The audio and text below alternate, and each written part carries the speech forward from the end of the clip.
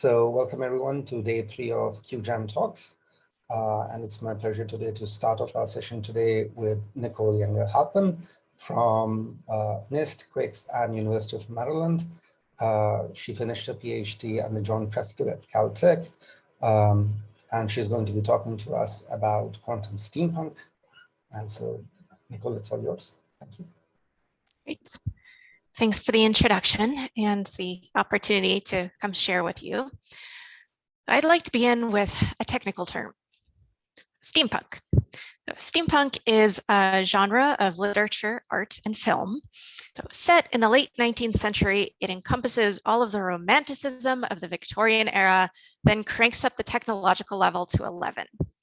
The steampunk works feature settings from the 1800s, some of the earliest factories, men wearing top hats, together with futuristic technologies, such as time machines, airships, and robots. This fusion of the old setting and the new technology creates this wonderful sense of nostalgia and adventure. So people dress up in these steampunk costumes and go to steampunk conventions. I like to say they dream it. Quantum information thermodynamicists live it. Let me break down that term. Thermodynamics is a branch of physics, chemistry, and engineering concerned with energy, the forms that energy can be in, and the possible transformations amongst those forms. It was developed during the 1800s, the steampunk era. It was initially motivated by practical concerns. People wanted to know how efficiently they could pump water out of mines using steam engines. But this practical bent led to fundamental questions about physics, like why does time flow in only one direction? The thermodynamics was developed to describe the cutting edge technology of the day, the steam engine, so a large classical system. Today's cutting edge technologies look a little bit different. We have great control over small systems. For instance, this is a single strand of DNA. You can trap one end and use optical tweezers to stretch the strand. And you can measure the work required to stretch the strand through a given distance. Of course, a lot of us are interested in quantum technologies. For instance, this is a dilution refrigerator in which Google cools down one of its superconducting qubit quantum computers. Superconducting qubits need to be at low temperatures in order to exhibit quantum behaviors, and cooling, the expulsion of heat, is a thermodynamic process. Relatedly, we're interested in information processing and the relationship between information and energy. Also, a lot of interesting experiments today are out of equilibrium. Not only you and I, we as living beings are out of equilibrium, but nowadays there are a lot of interesting experiments with quantum systems of many particles. Someone will sort of hit the system, so it'll be far out of equilibrium, and they'll watch it return to equilibrium. So these settings are quite different from the old thermodynamic setting that we saw earlier, but thermodynamic concepts such as work and heat remain relevant. We need a toolkit for updating the thermodynamics of the 1800s, and quantum information theory can serve as such a toolkit. I understand that you've been studying quantum information theory, so you probably don't need background, but I'd just like to ensure that we're on the same page. By quantum information theory, I mean the study of how we can use quantum phenomena to process information in ways in which we can't with just classical systems like my laptop. By process information, I mean solve computational problems, communicate information, secure information cryptographically, and store information in memories. By quantum phenomena, I mean entanglement between particles, the non-commutation of operators, the discreteness of spectra, how if you measure a quantum system, you disturb it, and so on. So quantum information theory, like thermodynamics, in part has been motivated by technology such as the promise of quantum computing, but however quantum information theory came into being, regardless of its origins, we now have this wonderful mathematical and conceptual toolkit that we can apply to many different spheres of science to get a new perspective on them. So quantum information theory is being applied to condensed matter, black hole physics, computer science, atomic, molecular, and optical physics, and thermodynamics. You can take the thermodynamics of the 1800s and re-envision it using quantum information theory.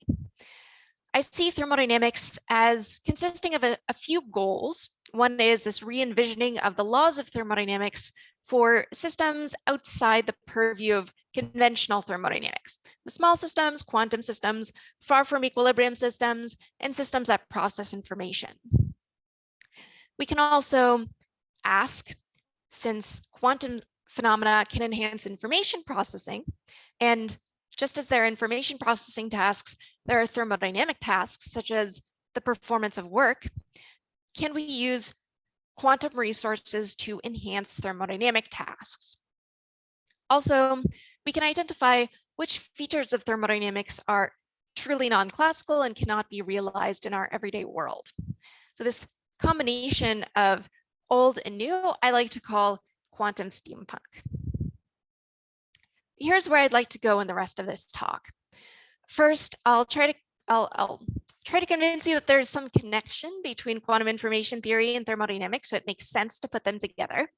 And then I'll show in a demonstration how the two can be useful for each other. Then I'll dive into one corner of quantum thermodynamics that is under active research today. I'll illustrate with quantum many-body engines. Then I'll talk about the opportunities for future work in this field. So let's start by figuring out why it makes any sense to use quantum information theory to update thermodynamics. About this slide, so as I was making this talk, I basically, to entertain myself, peppered it with a bunch of steampunk art. So if steampunk is not your aesthetic, then I apologize, but it kept me entertained. Hopefully it will at least keep you awake. The big question in information theory is, how efficiently can we process information? The answer I like to call the liver of information theory. When I was in high school, I had a biology teacher who said to my class, if you ever don't know the answer to a question on a test of mine, write down liver. The liver performs a ridiculous number of functions in the human body. So if you ever don't know the answer to a biology question and you answer liver, you have an anomalously high probability of being correct. Similarly, if you are asked, what is the optimal efficiency with which we can perform some information processing task, and you answer a function of an entropy, you have an anomalously high probability of being correct. An entropy is a function of a quantum state or a probability distribution. It quantifies our uncertainty about the outcome of a measurement of the state, or our uncertainty about the value of a variable distributed according to this probability distribution. To progress farther, I'll need to do a quick review of qubits, and I'm guessing that you're quite familiar with qubits because of the course that you've been taking, but again, I just want to ensure that everybody's on the same page. The qubit is the basic unit of quantum information. It's the quantum analog of bits, which is a variable that can be in one of two possible states, or a system that can be in one of two possible states, 0 or 1, or left or right. Qubits manifest as quantum two-level systems. A favorite example is the spin degree of freedom of a particle that has a spin quantum number s equals 1/2. And an electron is such a particle. We often denote the state of a qubit with rho. This is a density operator, which we can think of as a matrix relative to our favorite basis. Technically, it's a trace one positive semi-definite linear operator. The trace one means if we measure a system in this state, we'll obtain some outcome. Positive semi-definite means if we take this matrix and calculate its eigenvalues, we'll find that they're all real and at least 0. We represent qubit states with points on or in the Bloch sphere. A particularly simple class of states consists of pure states. These are represented just by outer products or by single kets. The ket represents a vector in a Hilbert space. It's represented geometrically by an arrow from the center of the sphere that goes all the way out to the sphere. For instance, this upward pointing arrow, as again, you probably know, represents the quantum analog of the 0. This downward pointing arrow represents the quantum analog of a 1, and a qubit can be in any superposition of the two. Another class of states consists of mixed states. These can't be represented just by cats or just by outer products. And a mixed state is the state of a system that's entangled with some other quantum system. Geometrically, it's represented by an arrow that doesn't go all the way out to the Bloch sphere. The shorter the arrow, the more entangled our system is with another system. A favorite example in thermodynamics is the thermal state. Here we have an exponential of the inverse of the temperature. This Hamiltonian governs the evolution of our system, and this z is a partition function which ensures that the state is normalized to 1.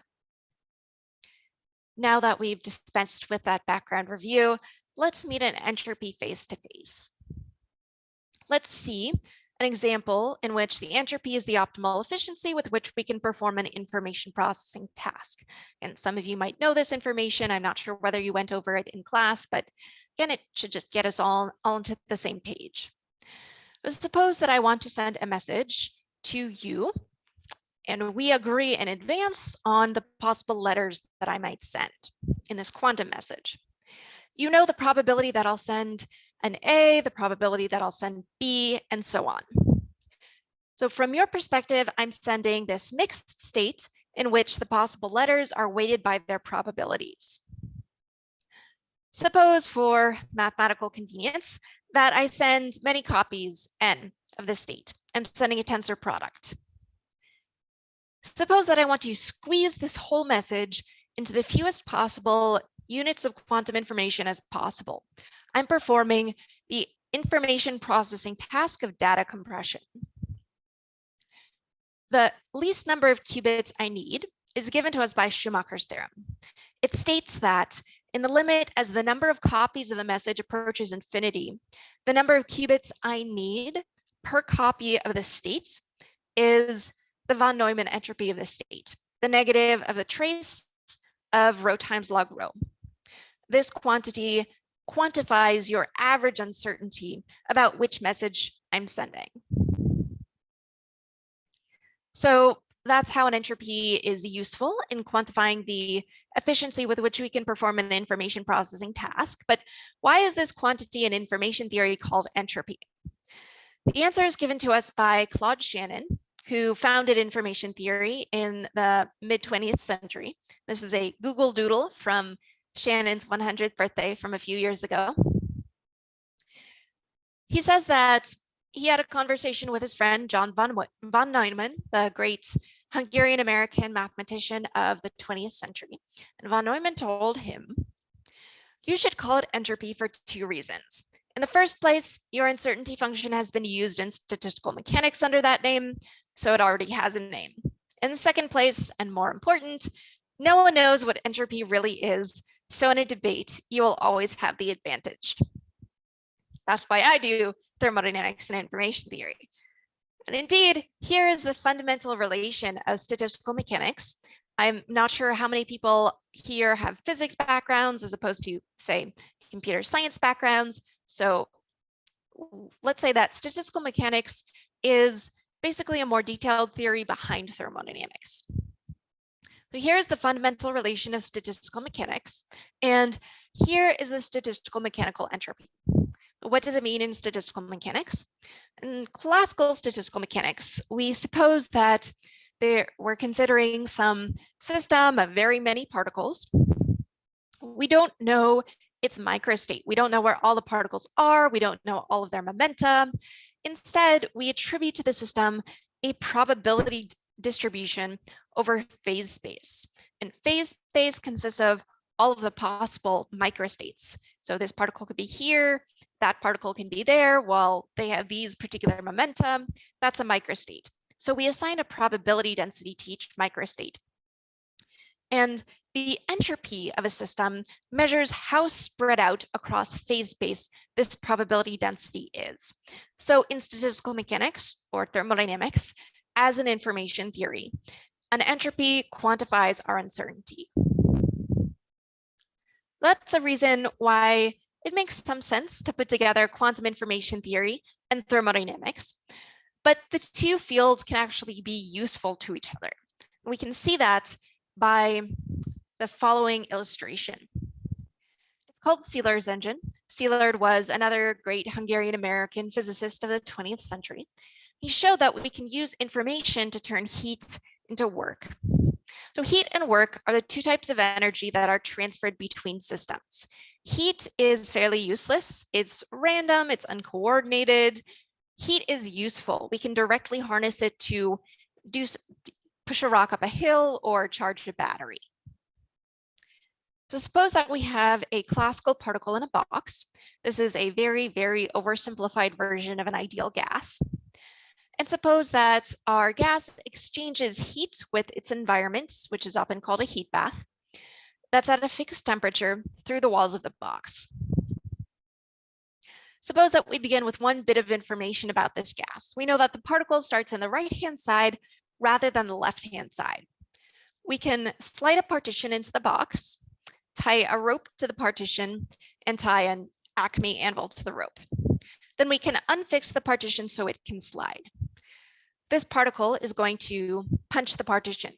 It is going to keep punching the partition until the partition reaches the other side of the box. At this point, we have lifted the anvil. The anvil gains gravitational potential energy. So we've done useful work on it. Where does that energy come from? It comes from the bath, the environment, which provides heat that we turn into work. How much work can we do? The calculation is very simple. This type of work is pressure volume work because the gas is expanding. So we take the pressure, we integrate it with this infinitesimal volume element from the initial volume to the final. We all know the ideal gas law from high school. It says that the pressure times the volume equals the number of particles in the gas times Boltzmann's constant, a universal constant of nature, like the charge of the electron, times the temperature of the environment. So we can solve for the pressure in terms of the volume and substitute into our integral. I'm integrating from V over 2 to V because the gas begins compressed in half the volume, but ends up able to be anywhere in the full volume. We integrate, we evaluate the limits, and we find that on average, the most work we can perform is Boltzmann's constant times the temperature times log 2. So that's how much work we can perform. We've gained that much work, or the Acme anvil has gained that much gravitational potential energy, but we've lost our bit of information because now we have no idea where in the box the particle is. So we've traded information for work. We can reverse this process and perform what's called Landauer erasure. Suppose that we begin with a raised weight. We have the capacity to perform work, and we don't know where the particle is. We want to set it to a well-defined 1/2 of the box. This is like taking a sheet of scrap paper that's been scribbled on and erasing it to a nice, clean, reset state. We can slide a partition into the box next to one wall, hook up our weight, and push the partition into the center of the box so that the particle must be on the right-hand side. Since we're compressing a gas, we're performing work, but at least we have returned the bit to a known state. So we're trading work for information. This story has deep implications for the relationship between computation and thermodynamics. Suppose that we want to compute and compute and compute and compute.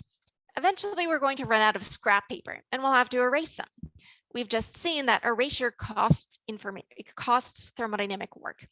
So computation has a fundamental thermodynamic cost.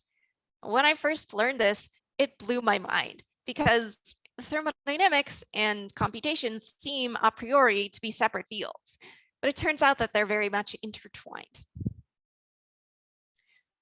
So I've been talking about a classical gas in a box, but gosh darn it, this talk is called Quantum Steampunk. So how can quantumness come in? To introduce quantumness, I'll provide a little bit more background. Again, you might have seen it, but I want to ensure we're all on the same page. This is about entanglement, a relationship that quantum particles can share It manifests in correlations between the outcomes of measurements of different particles. And these correlations can be stronger than any correlations that we can create with just classical particles. A simple example is the singlet state of 2 qubits. Loosely speaking, the first qubit can be in the 0 state, while the second is in the 1 state, while in another sense, the first qubit is in the 1 state, while the second is in the 0 state. For example, suppose that Gandalf the wizard and I each have a particle. We can bring the particles together and perform some operation on them such that they're entangled. Then we can bring our particles to opposite sides of the world. If Gandalf measures his particle locally, he has no idea which outcome he'll obtain. For instance, suppose that we have spins and Gandalf measures whether his spin points upward. Then he has a 50-50 chance of obtaining upward or downward. If we both measure our particles locally, then we can choose to perform measurements such that we can predict something about the joint outcome. For instance, suppose that we both measure whether our particles point upward or downward. If Gandalf obtains the down outcome, he knows I'll obtain the up outcome, and vice versa. Furthermore, there exists a Bell measurement, that is on the a joint measurement on the pair of particles together, such that we can predict the outcome exactly. So there's information that isn't in one particle, it isn't in the other particle, and it isn't in the sum of the 2 separate particles. It's sort of between the particles, or the whole is greater than the sum of its parts when it comes to entanglement. Let's use entanglement in erasure. Suppose that the system we want to erase is not a particle in a box, it's a qubit that we want to reset to the 0 state. And suppose that this qubit is entangled with a memory. Again, suppose that we have a heat bath or a fixed temperature environment that we can use. Then we can erase the system of interest while keeping the memory in its same reduced state, while extracting net positive work. This result should surprise us because we just saw that erasure costs net positive work. The trick is we can sort of burn the correlations between the system and the memory with help from the heat bath. So we can sort of view the entanglement in the presence of the heat bath as a thermodynamic fuel. So in summary, we've seen that we can use information to turn useless heat into useful work, and work and information, including entanglement, both serve as resources in computation and thermodynamics. Does anybody have any questions at this point?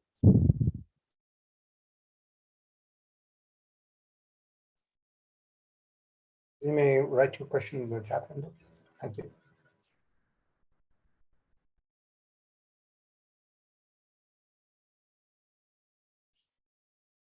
Okay, I'll move on for now.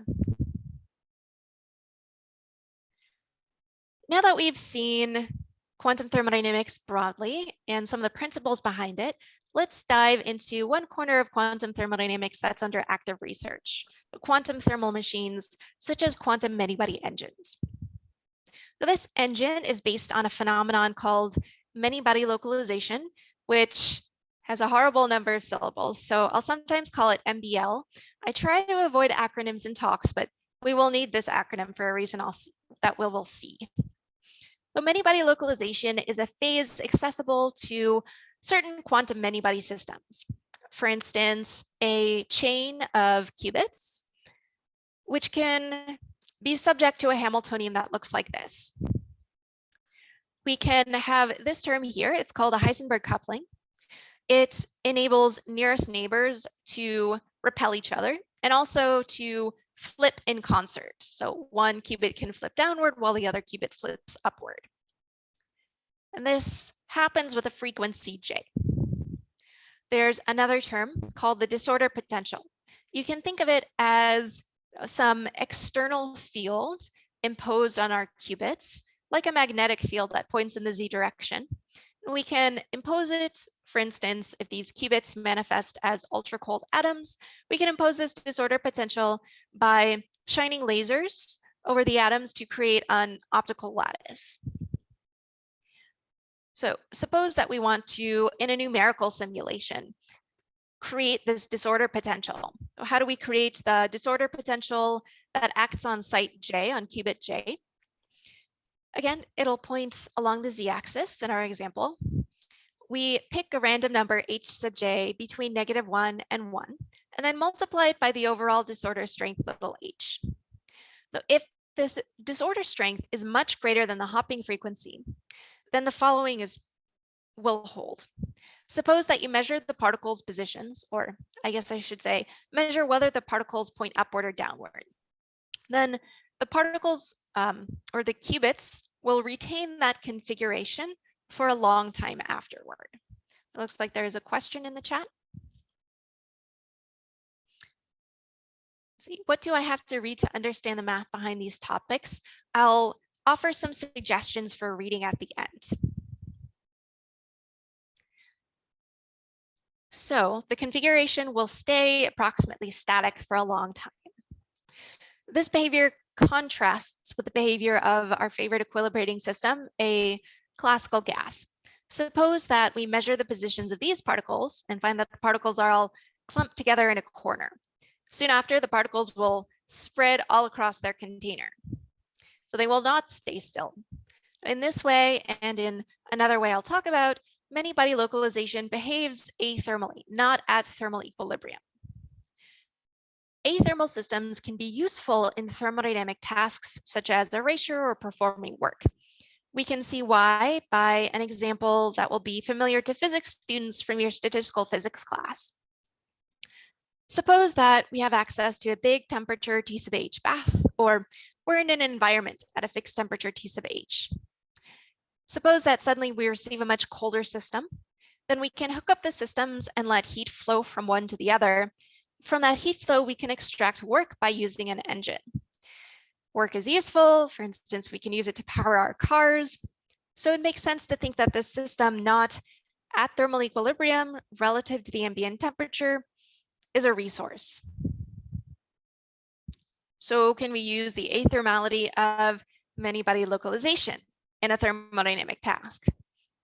Well, of course, the answer is yes. Otherwise, I wouldn't be giving this talk the way I am. So I argue that the answer is yes with some collaborators in this paper. We illustrated by designing what we call the MBL mobile. That's why I had to introduce the acronym MBL, which is a quantum many-body engine formed from a many-body system that can be in this phase of matter. We designed an Otto cycle for it. An Otto cycle is the set of steps that an engine goes through in order to, say, power a car. These are the engines that run in our cars. A cycle consists of 4 steps. 2 are isentropic. That means that the entropy remains constant during these strokes. And 2 of the steps are isochoric. So if we are using an Otto engine that consists of an ideal gas, that means that during these 2 steps, the volume remains constant. In fact, we're going to create an analog of this engine cycle for our quantum many-body system. And the volume isn't going to be the variable most relevant to our quantum system. So I'm going to use different variables. Usually when we depict an engine cycle, the steps that an engine goes through, then we draw a plot with the pressure on one axis and the volume on the other axis. Instead, I'll put on my x-axis the ratio of the disorder potential to the hopping frequency. If the disorder potential is small, then the system is only shallowly localized. So the qubits can change their configurations a little bit, or particles can hop around a little bit. In a very extreme version of this case, the system is in a whole other phase of matter, which is we call a thermal phase. You can think of it as the phase in which particles and entanglements spread out quickly. If the disorder is very small, then the system is deeply localized, as we saw earlier. Along the y-axis, I'll plot the energies in the energy eigenspectrum of our Hamiltonian. And our system has something called energy gap statistics. What is that? So I showed you one Hamiltonian earlier, but we're really not interested in the behavior of just one Hamiltonian. We're interested in the behavior of a whole class of Hamiltonians that share some, say, symmetry properties. And I showed you an example. So suppose that we pluck a Hamiltonian at random from that class, then solve for its energies.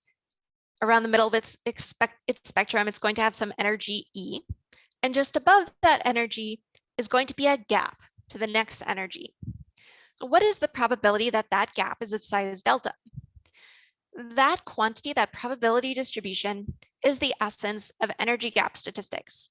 And that probability distribution has very different forms in these two regimes.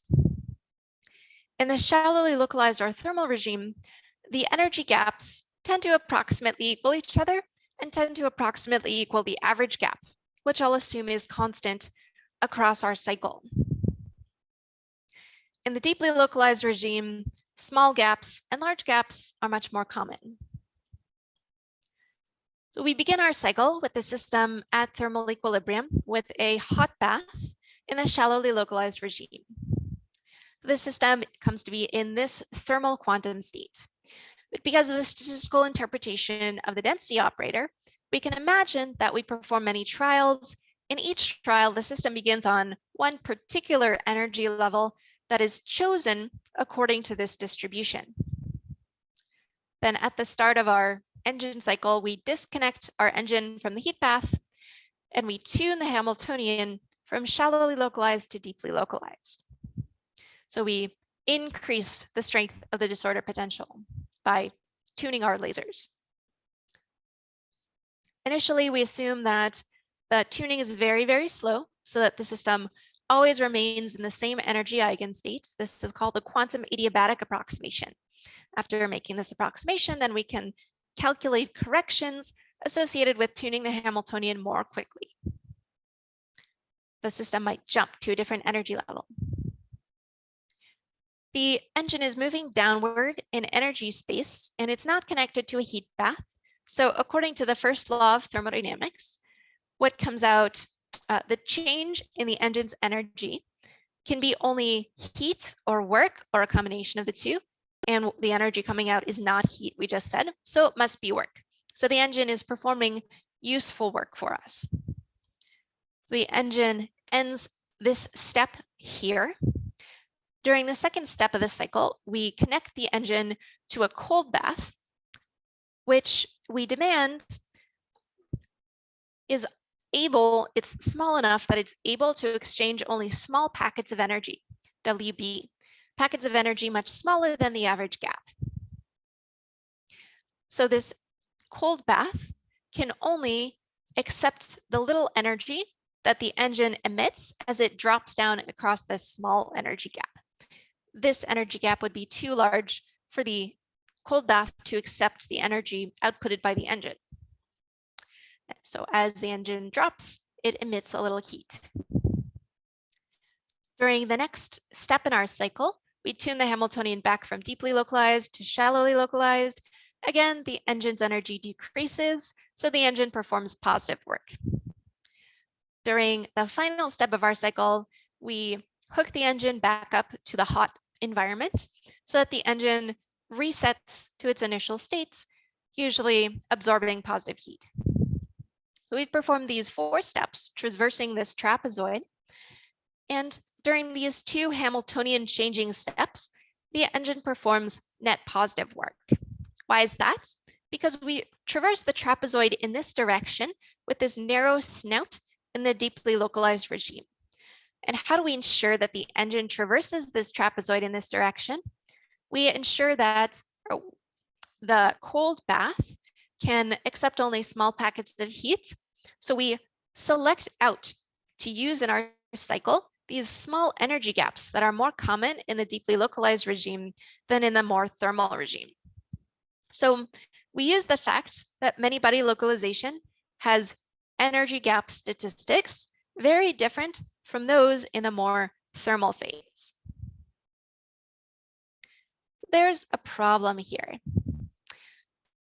Let's denote by n the number of sites in our system, or the number of qubits. the energy band, so the maximum energy of our engine minus the minimum energy, grows like the number of sites. But the number of energy levels, as you know, grows like 2 to the n. And the size of the gap, or the size of the average gap, which is the size of the whole energy band divided by the number of gaps, which is basically like divided by the number of energy levels, shrinks exponentially in n. And the average gap is greater than the average work outputted by our engine in a cycle.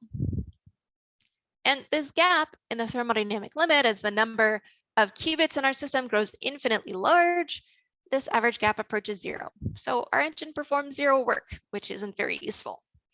We can get around this problem using the first athermal property of many body localization that I mentioned, namely localization. The particles tend to stay put.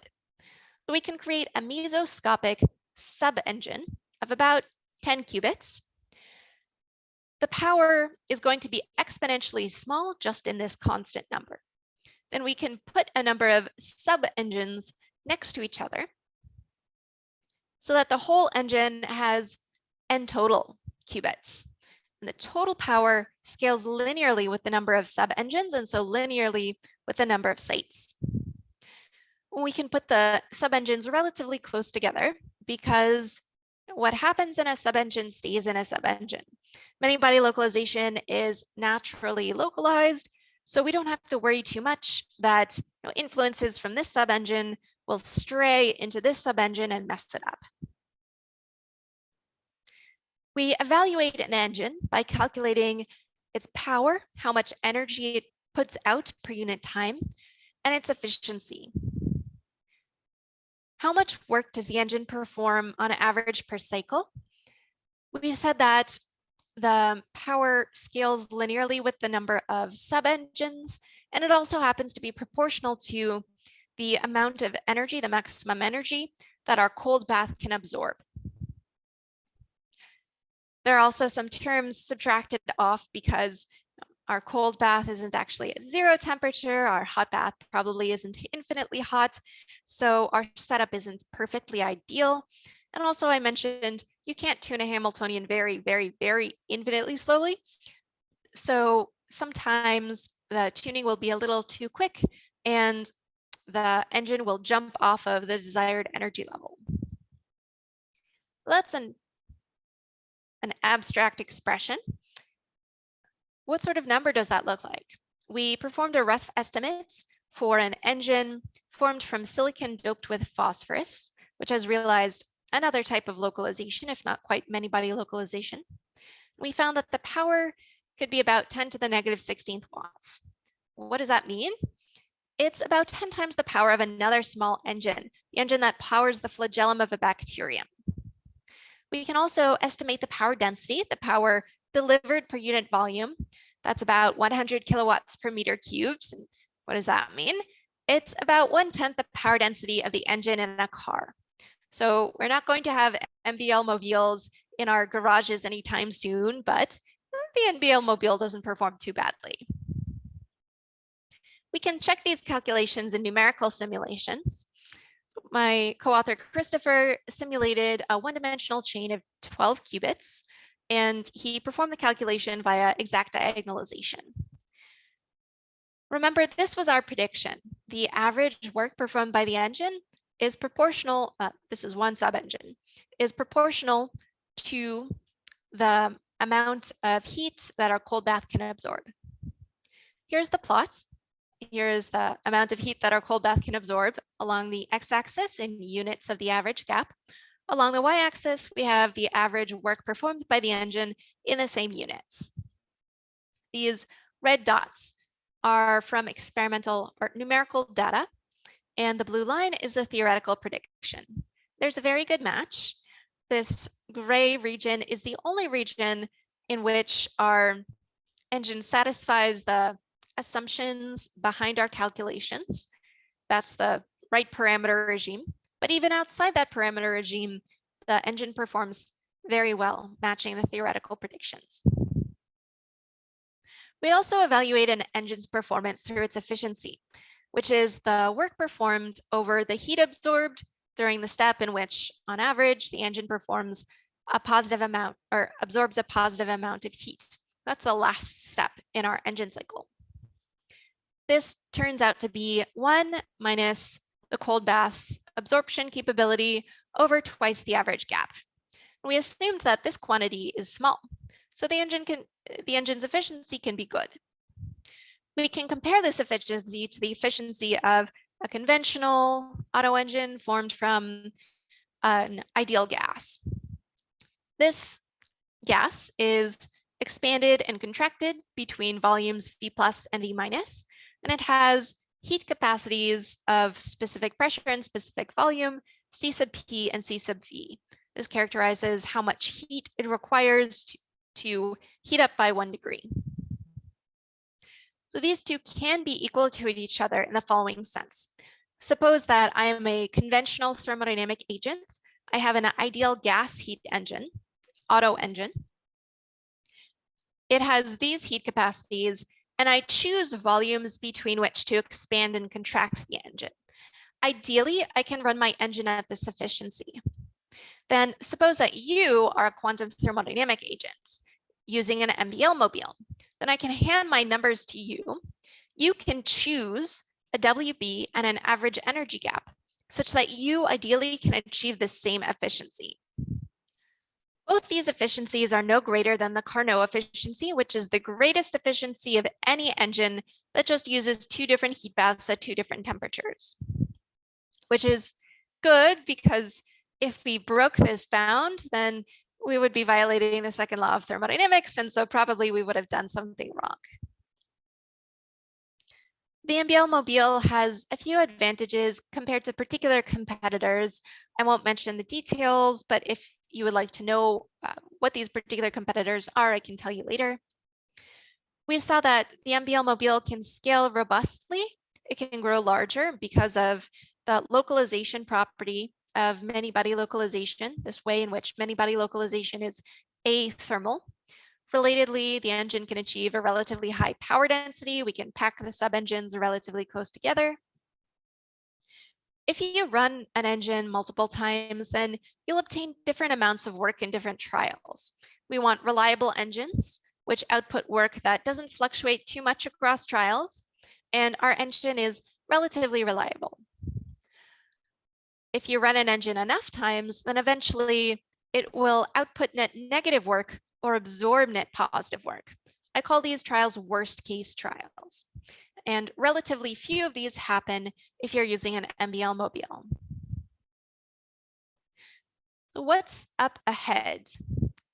On a small scale, I can mention some opportunities established by the NBL mobile. This construct can be realized experimentally because many-body localization has been realized in a number of platforms. This engine cycle works, but it isn't the optimal engine cycle. You could optimize the power or the efficiency or another metric, for instance, using tools called shortcuts to adiabaticity, which might let us change the Hamiltonian more quickly while achieving an effect similar to the effect that we would achieve if we change the Hamiltonian slowly. This also established the age of thermodynamic applications of many-body localization. You can imagine devising other technologies, thermodynamic technologies that rely on the athermal nature of many-body localization, like refrigerators or ratchets. This also established that energy level statistics, being different in the many-body localized regime than in the more thermal regime, can be regarded as athermal resources in thermodynamic tasks. Usually we just think of density operators or probability distributions as able to be athermal and resources in thermodynamic tasks, but we showed that also other sorts of things can be. More broadly, I think that quantum thermodynamics has a great opportunity to reach out to other disciplines. There is a rich landscape of quantum thermodynamics itself, We saw one corner in detail, quantum thermal machines, but there are lots more subfields within quantum thermodynamics. But quantum thermodynamics itself is within an even broader context, neighboring fields that take an interest in quantum physics, information, and energy. So we can use our toolkit to answer questions in other fields or draw inspiration for asking questions ourselves. We can also integrate our tools with other fields' tools. Other fields like condensed matter have developed really useful tools for analyzing the thermalization or approach to thermal equilibrium of quantum many-body systems. And now is a particularly good time to extend theory into experiment. Traditionally, quantum thermodynamics has been very theoretical, but lots of labs now have excellent control over quantum platforms. So lately, there's been a lot of productive work in turning theory into experiments. Also, it'd be a great opportunity to use the promise of quantum thermodynamics similarly to the promise of thermodynamics as it was used in the Industrial Revolution, namely to aid technological progress. In summary, we saw that quantum information theory can serve as a mathematical and conceptual toolkit for updating thermodynamics. We saw that information and work can both serve as resources in information processing and thermodynamics. We dove into one subfield under active work today, quantum thermal machines. We saw the MBL Mobile, an engine formed from a quantum many-body system that can be in the many-body localized phase, which is in a way away from thermal equilibrium. We devised a cycle that our engine can go through to perform work, and we evaluated it in a number of ways. We saw that there is a lot to be done. If you're hooked, then I recommend these two reviews. They were written in 2015, and this field is progressing very rapidly. So a lot has happened since then, but they provide nice looks at the subfields. Also, I'm publishing a book about quantum thermodynamics. It provides background material about the other fields like information theory and thermodynamics needed to understand and get into quantum thermodynamics. It surveys the landscape, a lot of the different subfields within quantum thermodynamics, some of the most exciting results and some of the key tools, and also takes a look at a lot of the opportunities. Again, we can use quantum information theory to revitalize the thermodynamics of the 1800s for the 21st century. This blend of old and new, I like to call quantum steampunk. Again, steampunk fans dream it. Quantum information thermodynamicists live it. Thank you. Thank you very much, Nicole. Thank you, everyone. We can take questions. Ayan, I think, had a question during the middle of the chat where he mentioned requesting explanation of the second term in the Hamiltonian that you had. Sure. I'll take a moment to go back to that slide. Here we go. So was the question just about this final term? But I think the question is, can you explain the second term once more? Okay, so this you can think of as a magnetic field.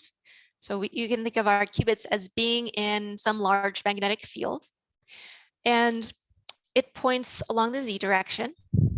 And you can ask, well, this magnetic field is extended across space, so it has some value, some number attributed to it at each point in space, at each qubit.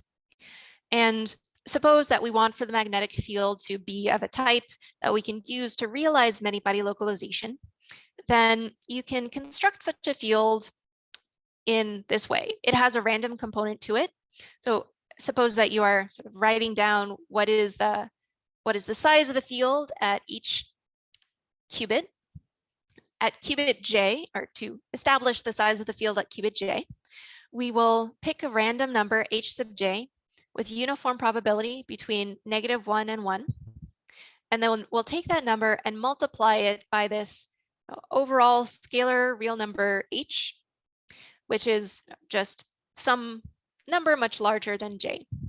So that will give us the size of the field and whether the field points upward or downward at site j. And we go through that process for every one of the sites. And that gives us the numbers that characterize the magnetic field all across the spin system. So what I described is a process that we would go through, say, in a numerical simulation. In the lab, really you're creating an environment that's very random.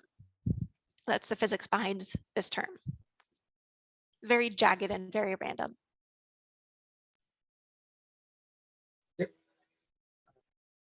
So you mentioned applications of thermodynamics to different parts of quantum as well. I was wondering whether there's a reasonably straightforward application to thinking about bounds on non-locality in terms of amount of work done on thermodynamics. Do you see that there's a connection there? So there has been work on contextuality. So you can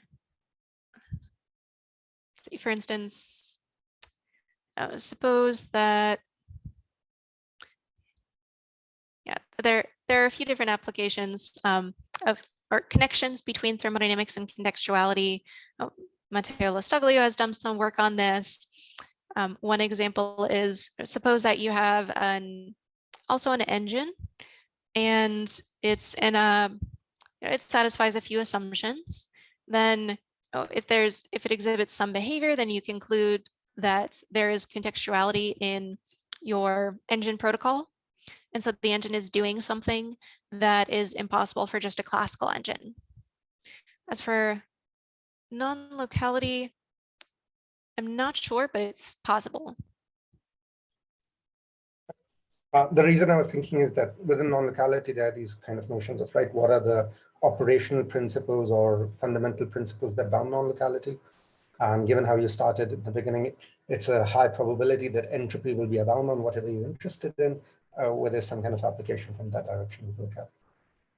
People do definitely ask, suppose that I have a quantum technology that is a thermodynamic technology, then what can I do with it that I can't do with a classical technology? And engines provide one example. Sometimes entanglement turns out to be the resource. I mentioned contextuality. Sometimes just the discreteness of the spectra, which was quasi-classical. And so different scenarios involve different types of resources, some of them non-classical. And so there might be some that specifically involve non-locality, but that isn't my specialty, so I'm not sure what might be out there. Ayan has a follow-up question. So we are trying to develop a model to design the desired magnetic field at the qubit site. In that case, is there a scope of optimization? Yes, the engine cycle works, but it's not optimal, so it could be optimized. And the Hamiltonian that I showed is a very common example of a Hamiltonian that can make our system be in this many-body localized phase. It's just a description of such a Hamiltonian that can put the system into this many-body localized phase. There are other Hamiltonians that can realize this phase as well, but they all involve, a key ingredient behind them all is strong randomness. Any other questions? Please feel free to type them in the chat window or just unmute yourself. It was great to see Gandalf showing up in his steampunk talk. I'm glad. Right.